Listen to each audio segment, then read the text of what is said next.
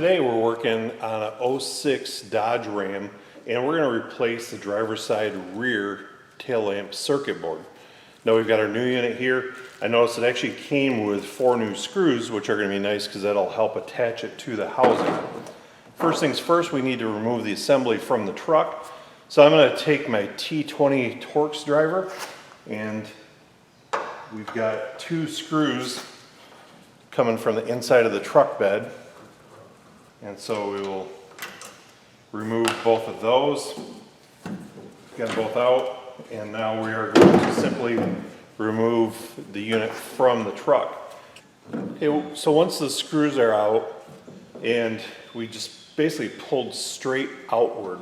Now there's these arrows in here that go in these plastic retainers on the body.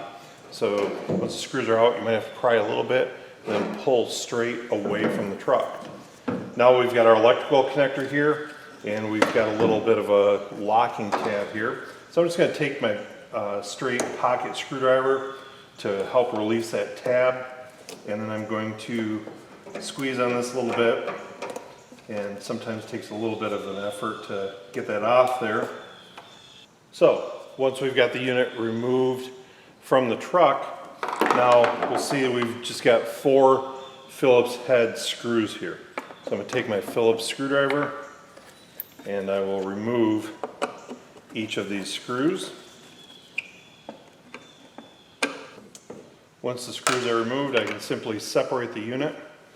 And now we're going to find that there's quite often going to be some corrosion built up in here, making some dirty contacts or poor contacts with the bulbs here.